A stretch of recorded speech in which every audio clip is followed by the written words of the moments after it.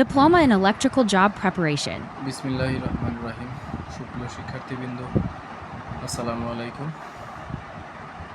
আসলে গত দিনে আমরা প্রাথমিকভাবে ইলেকট্রিসিটি এবং তার প্রকারভেদ এবং ভোল্টেজ এবং কারেন্ট সম্পর্কে জানছি।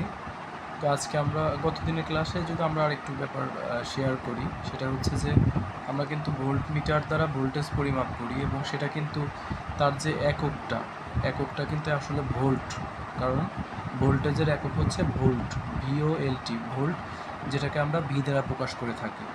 এরপরে কারেন্টের যে একক সেটা হচ্ছে অ্যাম্পিয়ার, AMPERE। এটাকে সংক্ষেপে অনেকে AMP দিয়েও লেখে, আবার অনেকে শুধু এ দিয়েও লেখে। তো এখন আমরা জানি যে ভোল্ট মিটারকে সবসময় লোডের সাথে প্যারালালে এবং অ্যামমিটারকে সবসময় লোডের সাথে সিরিজে সংযুক্ত করা হয়। সিরিজ এবং প্যারালাল কী বিষয়, সে বিষয়ে আমরা জানব। তো আজকে আমাদের আলোচ্য বিষয় সেকেন্ড ক্লাসে প্রথমে আমি যেটা দিয়ে শুরু করতে চাচ্ছি সেটা হচ্ছে রেজিস্ট্যান্স। তো আসলে রেজিস্ট্যান্স বিষয়টা কি? আসলে রেজিস্ট্যান্সটা কোনো জিনিসের নাম না। রেজিস্ট্যান্সটা হলো একটা গুণের নাম, একটা বৈশিষ্ট্যের নাম।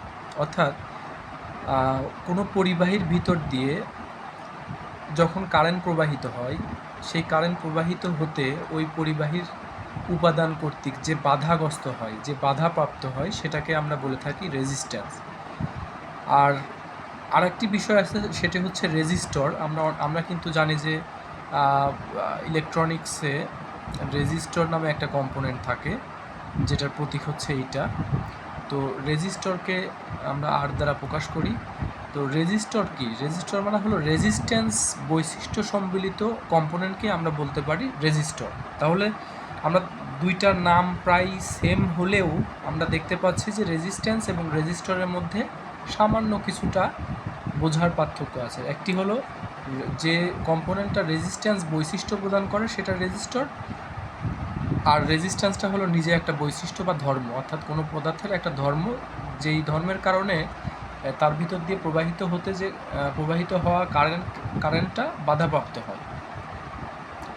তাহলে আমরা আজকে এই রেজিস্ট্যান্স সম্পর্কে জানতে পারলাম যে বৈশিষ্ট্য বা ধর্মের ফলে কোনো পদার্থের ভিতর দিয়ে, অর্থাৎ আমরা এভাবে বলতে পারি সংজ্ঞাটা, যে কোনো পদার্থের যে বৈশিষ্ট্য বা ধর্মের ফলে তার ভিতর দিয়ে প্রবাহিত কারেন্ট বাধাপ্রাপ্ত হয়, সেটাকে আমরা বলে থাকি রেজিস্ট্যান্স।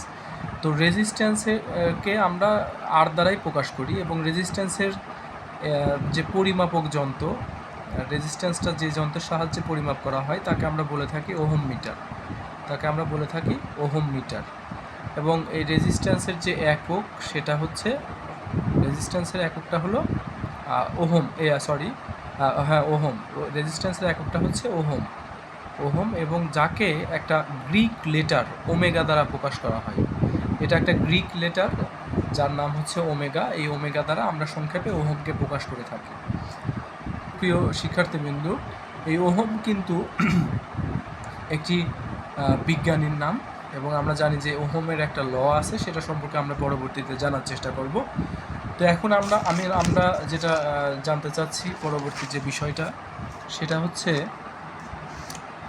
সার্কিট বিষয়ে ধারণা দেওয়ার জন্য। আসলে সার্কিট আমরা কাকে বলি? আসলে সার্কিট যখন শুধু সার্কিট বলি, সেই সার্কিটটা শুধু ইলেকট্রিক্যাল সার্কিট হবে এমন কোনো কথা নয়। কিন্তু বৈদ্যুতিক বর্তনী, সার্কিটের বাংলা আমরা জানি বর্তনী।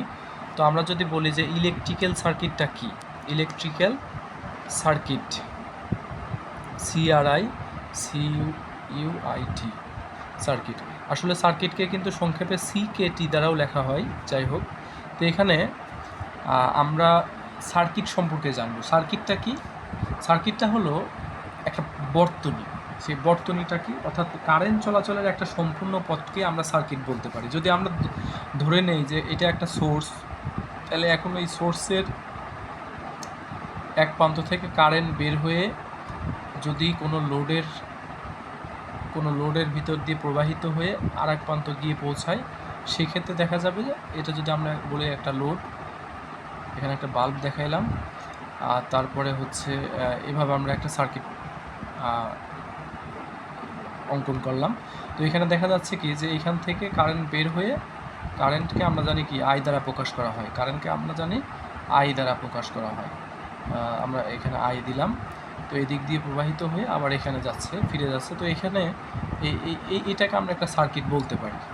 তো আসলে যদি আমরা সার্কিটের বিষয় নিয়ে আলোচনা করি, তাহলে মূলত সার্কিটের 5টা উপাদান আছে, যেই 5টা উপাদান ছাড়া সেটাকে আমরা আদর্শ সার্কিট বলতে পারি না। তাহলে আমরা সার্কিটের সংজ্ঞা আসলে আমি মুখেই বলে দিচ্ছি সুপ্রিয় শিক্ষার্থীবৃন্দ।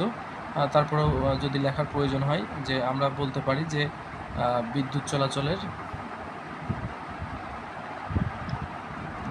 চলাচলের একটি সম্পূর্ণ পথকেই ইলেকট্রিক্যাল সার্কিট বলে, ইলেকট্রিক্যাল বা বৈদ্যুতিক বর্তনী বলে, ইলেকট্রিক্যাল সার্কিট বলে। তো এখন একটি আদর্শ সার্কিটের আমরা যদি বলি যে একটি আদর্শ সার্কিটের 5টি উপাদান থাকে। কয়টি উপাদান? 5টি উপাদান। আচ্ছা, তাহলে আমরা দেখব যে কি কি সেই উপাদান। অর্থাৎ আমরা যদি বাসা বাড়িতে যে ধরনের অনেক সময় আমরা বিভিন্ন ধরনের ওয়্যারিং সম্পন্ন করে থাকি, যেখানে হয়তো বা এই 5টি উপাদান উপস্থিত থাকে না, কিন্তু আসলে এই 5টি উপাদান যদি উপস্থিত না থাকে সেক্ষেত্রে আমরা তাকে আদর্শ সার্কিট বলতে পারি না। 5টি উপাদান কি? আমরা প্রথমে আগে একটি আদর্শ বর্তনী আঁকাবো, তারপর দেখব যে সেই 5টি উপাদান কি কি। তো আমরা প্রথমে আমরা যেটা করতে পারি সেটা হচ্ছে একটি সোর্স থাকবে, অর্থাৎ কোনো বিদ্যুৎ প্রবাহিত হওয়ার জন্য তার সোর্স লাগবে। উৎস ছাড়া কখনোই বিদ্যুৎ প্রবাহিত হতে পারে না। তারপর আমরা তাহলে কি করলাম, একটা সোর্স দিলাম, সোর্সের পর থেকে আমরা একটা ফিউজ দিতে পারি, যেটাকে আমরা কাট আউটও বলি। ফিউজের প্রতীকটা হচ্ছে এরকম। তারপরে আমরা একটা সুইচ ব্যবহার করতে পারি। এরপরে আমরা কি করতে পারি, একটা লোড দিলাম, তারপরে আমরা এই সার্কিটটা এভাবে কমপ্লিট করে দিলাম। তো এখানে দেখা যাচ্ছে কি যে আমাদের এটা হলো সোর্স, এটা হলো আমাদের প্রোটেক্টিভ ডিভাইস মানে রক্ষণ যন্ত্র, মানে যেটার সাহায্যে আমরা এই বর্তনীতে অতিরিক্ত কারেন্ট প্রবাহ থেকে, অর্থাৎ এই যে লোডের জন্য যে কারেন্টটা নির্ধারিত, যে কারেন্টটা প্রবাহিত হওয়ার কথা, কোনো কারণে যদি তার চেয়ে বেশি কারেন্ট প্রবাহিত হয় তাহলে এখান থেকে এই ফিউজটা কেটে যাবে, যার কারণে আমরা এটাকে বলতেছি প্রোটেক্টিভ ডিভাইস। এরপরে এটাকে আমরা বলতে পারি কন্ট্রোলিং ডিভাইস, যেহেতু আমরা সুইচের মাধ্যমে ওই লোডটাকে কন্ট্রোল করে থাকি, অর্থাৎ অন অফ করে থাকি, এই জন্য এটাকে আমরা বলতে পারি কন্ট্রোলিং ডিভাইস। এরপরে এটা আমরা দেখতে পাচ্ছি একটি বাল্ব, আমরা এটাকে বলতে পারি একটা লোড। অ্যাকচুয়ালি লোড মানে আমরা সবাই জানি বোঝা, মানে বিদ্যুতের জন্য যেটা বোঝা সেটাই আসলে লোড। আর এরপরে আমরা যেটা বলতে পারি সেটা হচ্ছে কন্ডাক্টর, অর্থাৎ বিদ্যুৎ প্রবাহিত হওয়ার জন্য সেখানে কন্ডাক্টর প্রয়োজন। তো আমরা যদি এখন এখানে দেখি, টোটাল 5টা আমাদের উপাদান পাবো। একটি হচ্ছে সোর্স, একটি হচ্ছে প্রোটেক্টিভ ডিভাইস, একটি হচ্ছে কন্ট্রোলিং ডিভাইস, একটি হচ্ছে লোড এবং আরেকটি হচ্ছে কন্ডাক্টর। তো এখানে আমরা যদি সকল বিষয়গুলো লিখি, সোর্স, তারপরে হচ্ছে প্রোটেক্টিভ ডিভাইস,